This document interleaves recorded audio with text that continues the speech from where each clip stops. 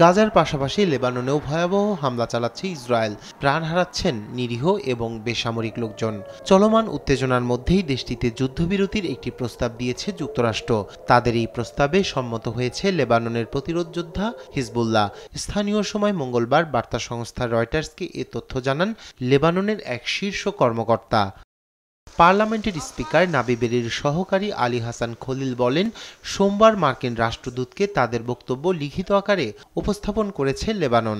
আলোচনা চালিয়ে যেতে হোয়াইট হাউসের দূত আমোস হোস্টেইন বৈরুতে যাচ্ছেন বলেও জানান তিনি।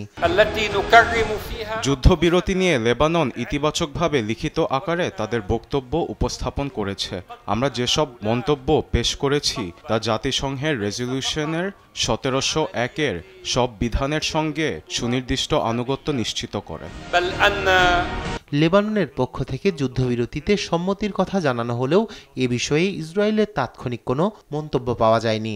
তবে যুদ্ধবিরতি চুক্তি হলেও হিজবুল্লাহর বিরুদ্ধে ইসরায়েলের সামরিক অভিযান চালিয়ে যাওয়ার কথা জানিয়েছেন দেশটির প্রধানমন্ত্রী বেনিয়ামিন নেতানিয়াহু।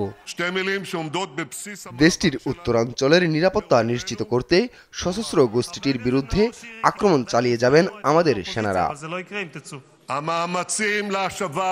যুদ্ধবিরতির এমন আলোচনার মধ্যেই সোমবার বৈরুতে বিমান হামলা চালিয়েছে ইসরায়েল। এতে হতাহত হন অনেকেই। পাল্টা হামলা চালিয়েছে হিজবুল্লাহ।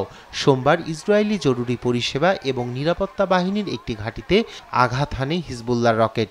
এতে আহত হন 4 ইসরায়েলি সেনা।